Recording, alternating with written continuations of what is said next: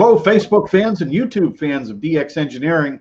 It's Thursday afternoon here in the Eastern Time Zone of the USA. It's June 17th, 2021, and it's time for the DX Engineering Manufacturers Showcase. And today we have a very special guest. It's Bob NQ1R from the best place on earth, ARRL headquarters. How you doing, Bob? Thanks, Tim. This is great. Oh, it's great to be here with the Manufacturers Showcase and all of our DX Engineering friends. So what's new? What's going on up there? What are you going to talk about today, Bob? Yeah, so we have a lot going on right now. The pandemic, even from an amateur radio standpoint, created a lot of opportunities for unique engagement with each other. And ARRL really took advantage of that opportunity last year. And got a little bit of storytelling in terms of some of the new programs and services that members are enjoying right now. And a very brief story, Tim. Way back when I was a kid, my first experience with ARRL, my grandmother had signed me up for membership, was that my father helped me find a Heathkit SB102. And I didn't have the manual. So my first experience with ARRL was writing handwritten letter to ARRL headquarters and getting in a manila envelope back about a week later, the entire photostat of the SB102 manual.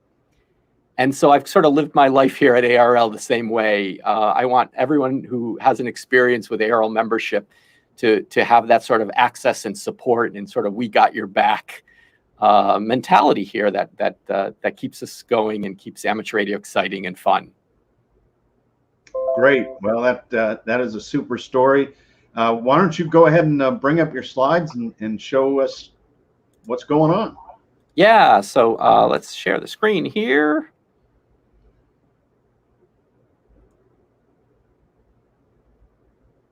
And just waiting for the allow to come up, but it's not come up yet.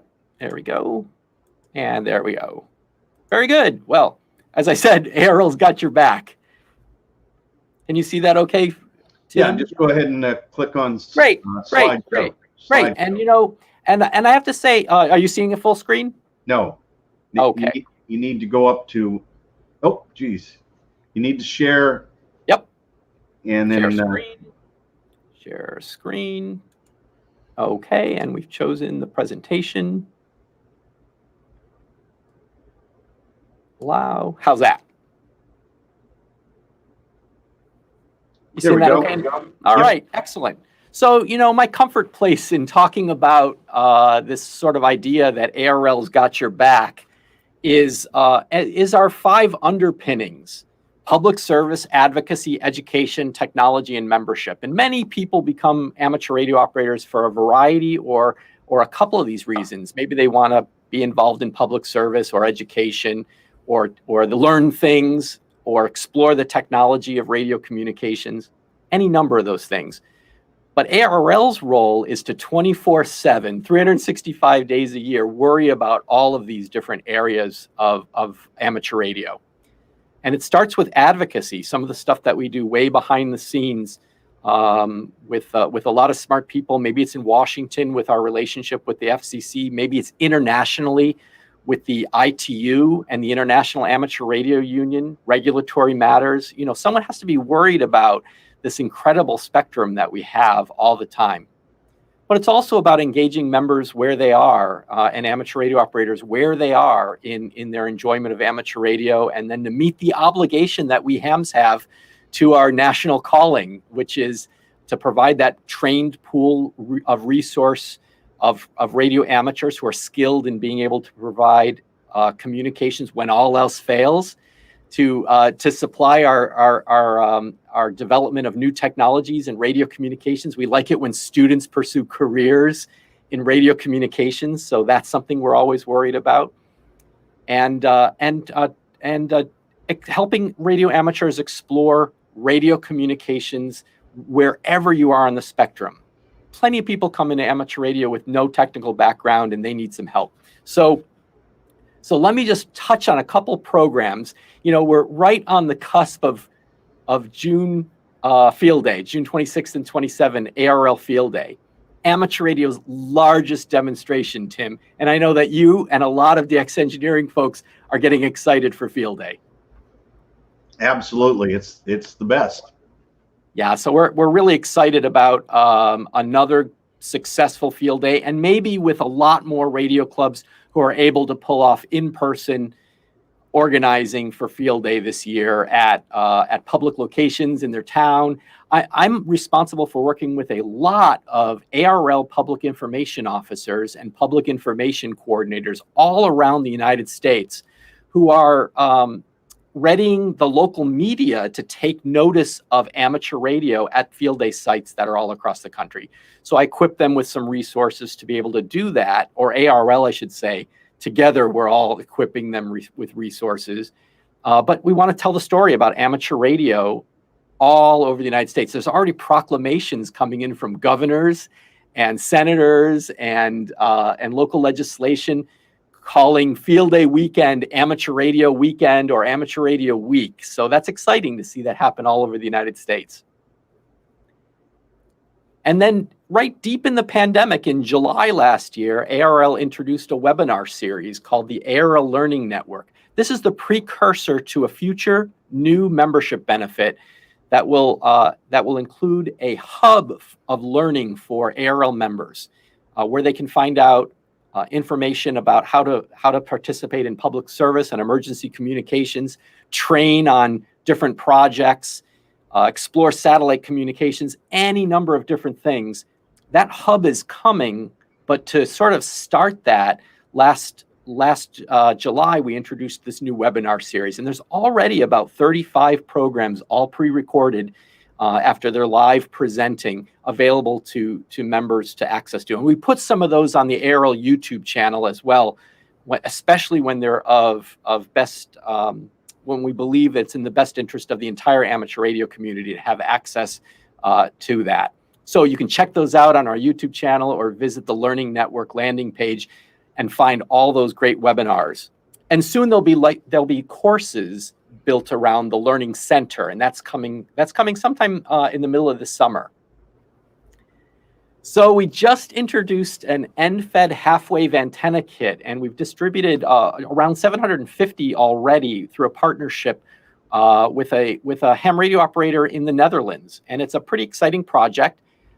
The goal here for ARRL is to get a lot more hams building antennas, building wire antennas. I think wire antennas are amazing. The half-wave antenna kit is among one of the easiest ways to get a quick antenna up in the air because the configuration is so nimble. You know, you build the transmatch, you attach the 60+ feet of wire, and you're on the air very, very quickly. I've got one here. Let me see if I can pull it up here. So that's one we built here in the ARRL laboratory and have had some fun getting it on the air. So we're having a great time with this. It's very easy. I think the most complicated part is winding the coil, but it's a chunky project, so it's not hard for almost anyone's hands to get in there. And what I like about it is it's a 250-watt working antenna that could easily be any amateur, new amateur, someone exploring HF for the first time because of cycle 25, someone who's setting up a field day site but doesn't have an antenna and wants a quick opportunity to get it on the air. All you have to do is plug in your coax, throw one end of the antenna up in the air, and you're on the air. Dipoles are great, but you know, a lot of us, when we hang up a dipole for the first time, we're looking for two trees and a way to suspend the center point. Well, in end-fed, you don't have that problem. This one that we've partnered with functions on 40 through 10, and without even a counterpoise, we're matched at about 1.5 to 1 on all of those without an antenna tuner. So pretty versatile. Again, the goal is be successful. Build something the first time, be super successful, and then you end up with a nice antenna you can string up either temporarily, or this one's good enough to stay up for a few years, I'm sure. That looks like a lot of fun, Bob. It really does. Well, building antennas is one of the tenets of amateur radio, and there's no shortage of antennas to build. So if you have a question for Bob, you know, he's one of the experts up there at ARRL headquarters. So if you have a question, just put it in the chat, and we'll have Bob answer some questions from all of our viewers there. What else do you got, Bob? So I hope you see on the screen our intro to radio kit. No, not yet. No, you don't. Oh, here it comes. Here it comes. There we are. Okay, great. Technology. All right. So this is a really interesting story. ARRL started exhibiting at the Oshkosh Air Show put on by the Experimental Aircraft Association back in 2018. And I met these two young people, both student engineers from Florida, who were at the air show building these small kits. And the purpose of what they were doing was to introduce the general public, the kids that were attending an air show, with one of the fundaments of aviation, and that's avionics. And I said, wow, this is fascinating. A lot of ham radio clubs and ham fests, you'll often see a table set up where they're helping kids and people build code practice oscillators. And I don't have anything against a code practice oscillator, but what those projects are often lacking is a radio. And so I worked with those two student engineers who have since earned their amateur radio licenses. And as you'll see on this small circuit, it says designed by Levi Zima, Kilo November 4, Yankee Hotel Sierra. And actually, he and his sister, Kirsten, both earned an ARRL scholarship this past year. And part of it is because of their good work on this type of project. They've designed a very elegant, simple, some of us might refer to it as just a simple crystal radio set. It's a slope detecting radio kit that will pick up almost any nearby AM or FM radio signal. And what I found at the air show was that there were hundreds of kids all over the property with a little earbud in their ear, trying to tune in the tower, the FAA control tower right on the property. This will pick up aircraft frequencies as well if you're near an airport. And it's just great fun. The experience of building something, putting an earbud in, and being able to tune in a signal is, for some of us, a great way to introduce amateur radio and radio in general to others. So I can think of no better way for radio clubs and ham fests who want to have a table where people can experience their first electronics project of building an actual radio. And so this will be offered very shortly in the ARRL store. We've just received 500 units this past week, and we're developing some content, including videos, a website landing page, resources to make the experience super successful for both instructors and teachers and anyone building it just by themselves. So that's sort of my slides right now, and I just encourage anyone who's already an ARRL member to explore some of these things. But if you're looking to join ARRL, there's always new reasons to join the organization, and we're happy to welcome you aboard. Boy, that's great. Hey, pick up that receiver back there, Bob, and show everybody. Yeah, so what I really like about this, first of all, it's small, right? It's a nice little crystal radio set. Right. See if I can get it in focus there. And it comes with the battery. And what's nice about this is I stand at a lot of shows like you do, Tim, and we're always trying to introduce prospects to our amateur radio service. And there's some people who they don't have any clue how radio works. And I'll often tell young people, do you know how radio works? And they'll say, no, and I'll start with their cell phone, right? I'll ask them to hold up their cell phone, and I'll say, do you know that's a radio? And of course, these days, it's lacking any visible antenna. And so people think these are little magical devices. But with this, you build a radio. It's got an antenna and a power source and a simple circuit on it, an earbud. And as you're going through the project, the concept is that you want to introduce all of that, the different components, resistors, an IC is on the board, a couple of pots are on the board. It's great. So I think this is going to be great fun. You know what we did at Orlando Hamcation in 2020, right before the pandemic? They were successful in having a great show in Orlando. We tested this out in an exhibit area, and we had folks from age 10 to 80 building these. And then we had a simple FM transmitter that I picked up at Target nearby. and we had it attached to a telephone that was playing an MP3 file. We Are the Champions. I don't know if that's legal or not, but we were playing We Are the Champions on that little device. And so after they would build these, they put the earbud in and hear We Are the Champions. You know, it's really fun. We had a great time with them, and a lot of people were successful building them. Well, that's really cool, Bob. Just another excellent example of the ingenuity that's going on at headquarters. And you saw something and said, hey, we can do great things with this. And so we've got some folks on here and a couple of questions. Grace is on. I think her call is Kilo Echo 8. Boy, I can't remember the rest of it, but I listened to Grace last week on the satellites. She's a brand new ham, but she loves the satellites. And we got Kilo Mike 6 Sierra Oscar X-Ray, and young Mike W3 Mike Lima Juliet is on from Pittsburgh. He'll be up here at K3LR for the 13 Colony event. Oh, they're gonna have a great Kilo time. 2 Mike in a few weeks.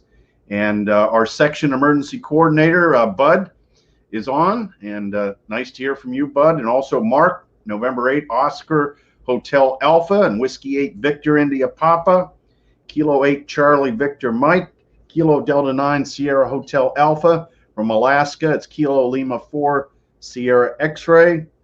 And let's see, we've got from Anguilla, Victor Papa 2 Echo India Hotel, Kilo Fox 4 Whiskey Zulu Radio. And it's not even sunrise yet, but Victor Kilo 4 Fox Alpha Bravo Quebec, a 2x4. Hey, Gerard, nice to see you in here. Bob, you know what the 2x4s are? No, what's that one for? The 2x4 call signs in Australia are foundation licenses. So they're starting out. They're starting out, and it's really cool. Victor Alpha 3 Echo Bravo Mike, and let's see, November Juliet 4 Zulu, Whiskey X-Ray 8 Tango, November 3 Whiskey Sugar. Hey, Rick. And Ron says, I'm a new ham in 2019, looking to be more involved. My first field day. This is going to be good for him. And our friend Joe, K0 November Echo Bravo. And hey, Joe. A lot of things there. India Tango 9, India Delta Golf. And Germany 6 Alpha Delta from England. And John says, that's a cool pullover, Tim. What are all the patches on the sleeves? Well, those are all of our brands. That's awesome. So we get to wear this at Dayton and etc. And let's see, November 1, Uniform Golf says the ARRL end-fed wire works great. Hey, thanks, Rob. Rob came out to us to a site in Connecticut and helped us film some video that's going to be part of some extended learning on the NFED. Again, for us, it's less about the sale of a kit and more about the deep engagement of how's it work? Let's build it. Let's talk about it. Let's change it. Let's modify it. NFEDs are a great platform for doing a lot of things, and we had a blast with Rob building and getting the antenna. I think we went to the Windsor Locks Canal in Connecticut to get it on the air. And I'll tell you, any opportunity to leave the building and get out there in the field was great fun.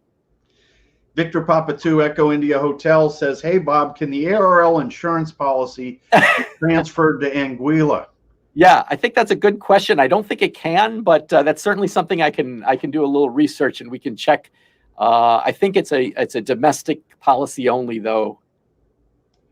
So John asks, are those kits available to purchase so we can give them out for STEM classes? Yeah, so very shortly they've already just arrived this past week, and we'll have them up in ARRL's online store very shortly here. So yes, they will most certainly be available. My hope is that we can figure out a way to package them so that folks buying, say, 10 or more for events will have them as well. But I think, at an event, have a picture of the finished project there on the table, laminated, or build one yourself. Have the part checkoff list, right? Whenever we build something, the first thing we should do is check off to make sure we have all the parts, but it also develops familiarity with all the different components. and then just have some experienced ham radio operators there to mentor the buildees as they put these together so that everyone has a successful experience. Yeah, that's great. From Oklahoma City area, November 5, Papa Juliet is on. Our friend Gunther, Delta Kilo 5, Oscar Norway Victor. He's been camping out in the near the Rhine River, and I talked to him on 40 meters some nights. So oh, that's awesome. Nice to hear from you, Gunther. Delta Kilo 6 Sierra Papa. From Denmark, it's Oscar Zulu 4 Papa Alpha Tango. And let's see, we've got,